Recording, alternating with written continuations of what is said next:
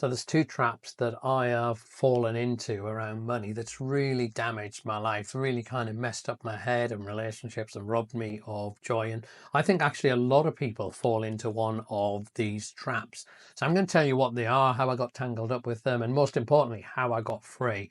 And trust me, my life is so much better now that I don't suffer from these two things. Welcome to A Little Nudge. If you're new here, my name is Derek, and for the last 3 decades I've been helping people explore faith and deepen their faith. And in these videos, we're just giving you a few nudges to help you live a deeper and a more meaningful life. So the first money trap that I fell into, it happened when I was a teenager. So I was quite good at maths and numbers at school. And so I went to a careers advisor, probably about 15, maybe 16, thinking about what my next steps might be. And they were like chatting to me, what are you good at? I said, good at maths, good at numbers. And they're like, right, you should be a banker then or an accountant.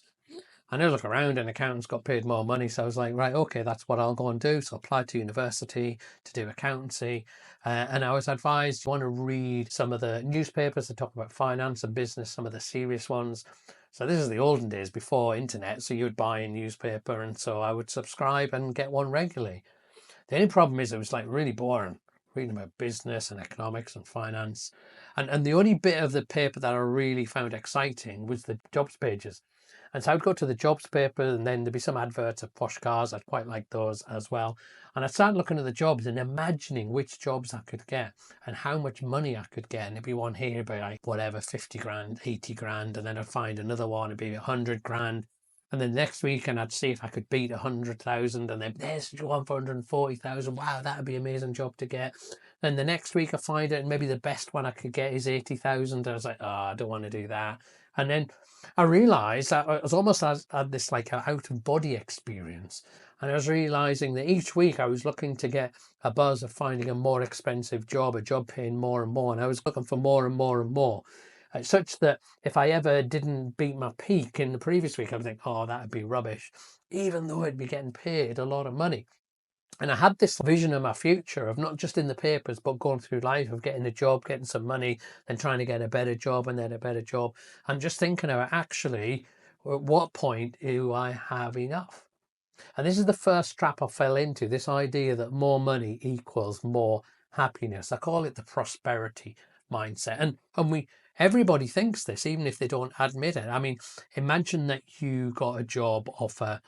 Maybe say you're in your job and your boss says, I'm going to give you a pay rise, 20% pay rise.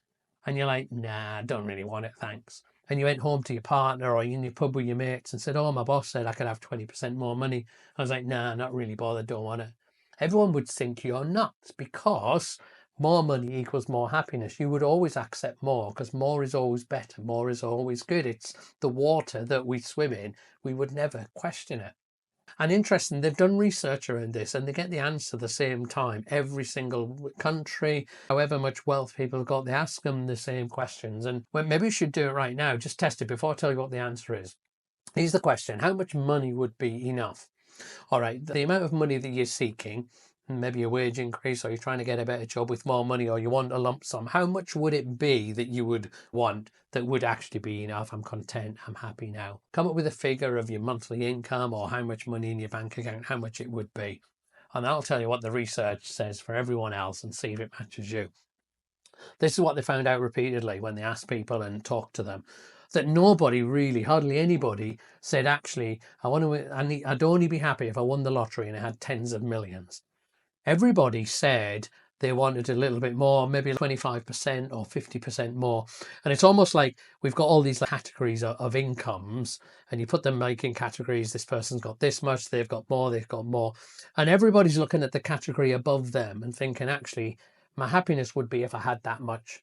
Or when you go to the people in that category and you think, oh, the people below you, money-wise, want to get here because then they'll be happy. What do you think? And they would say, well, yeah, I mean, ideally, I'd be happy if I went into the next category. And you go in the next category and say, oh, are you guys happy? And they say, no, we want to get into the next category. And this ladder where everybody thinks they just want a little bit more, but we convince ourselves if we got there, we'd be different from everybody else. And it would last a short amount of time before we'd become like everyone around us and we'd want even more. And Ecclesiastes 5:10 talks about this trap, and it says, whoever loves money never has enough, that you never get there, that we're convinced that more is better, but actually we chase this hamster wheel and we never really get there. And there was a story that I discovered that really just changed everything for me. And that happened on a bench. So let's go to the bench and check out the story. Brian woke up after having this strange and vivid dream. He dreamt that on his way to work, as he passed a bench that he sees every day, that there was a woman on it that he never recognised. And in his dream, he had this sense that she had something for him. And it was so strong and vivid, but it just seemed really odd. And then as he headed to work that morning and he saw the bench in the distance, he could see somebody on it. And as he got closer, he could not believe it, that this bench had this woman on from his dream. And as he approached her, she's sitting on this bench and he thinks, this is totally nuts. This is totally nuts. But he's brave enough to go up to her and say, do you have something for me? And she smiles at him and dips into her bag and comes out and gives him this cloth bag. And Brian quickly puts it in his pocket and embarrassingly heads away. And as he gets the bus to work, he gets the back seat in the corner and gets out this cloth bag and he looks inside it and there's something shimmering in it. He thinks that it's gold, but he's not sure. He gets to work and all morning he can't concentrate. He gets to lunchtime and he rushes to the local jewellers and shows them what he's got in his cloth bag, and they look at it and they examine it and they say, yeah, it's pure gold. They tell him how much it's worth and it blows his mind. All afternoon he can't concentrate. He's doing all these sums in his head of what he could buy and what he could do with it and all the possibilities of his life that opens up before him. He gets home and he decides to splash out on a special tea, and as he's eating his tea, he's just imagining all the time what he could do with this gold. Is he going to invest it? Is he going to buy a car, holiday? He's got full of possibilities. He watches TV on night, but he can't concentrate because of all the possibilities of his life. He goes to sleep and he struggles to sleep as he's thinking about all he could do with this precious wealth that's come into his possession. And he wonders about the woman. And as he drifts in and out of sleep, he starts to get troubled as he thinks about the woman, and a question comes into his mind, a question that he can't shake. And as he wakes in the morning, the question's still there and he knows what he needs to do. He thinks it's crazy, but he knows he has to do it. And he decides that if she's there on the bench, he's going to do the crazy thing. And as he walks to work, in his pocket he's got that cloth bag with the gold nugget inside it. And as he's walking to work and he approaches the bench, he sees that she is there. And he decides that he needs to do it. And so he goes up to her and he pulls out his cloth bag and he shows her the gold and he gives it back to her. And this is the question that he asks, the question that he can't get away from, the question that was stopping him sleeping. And it's this. He gives her the gold nugget and he says, please, will you give me the true wealth that you've got that enables you to give this away? Having money, having wealth is great, but having the freedom not to need it, that's deep wealth.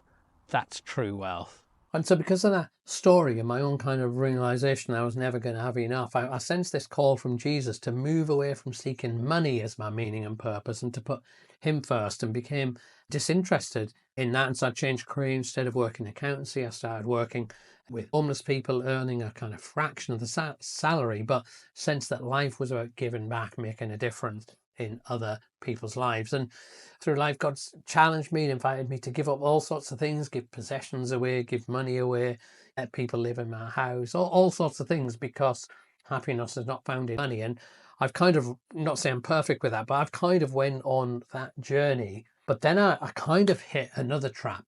And for decades, I was trapped by another mindset, another lie that I never really realized until something quite special happened.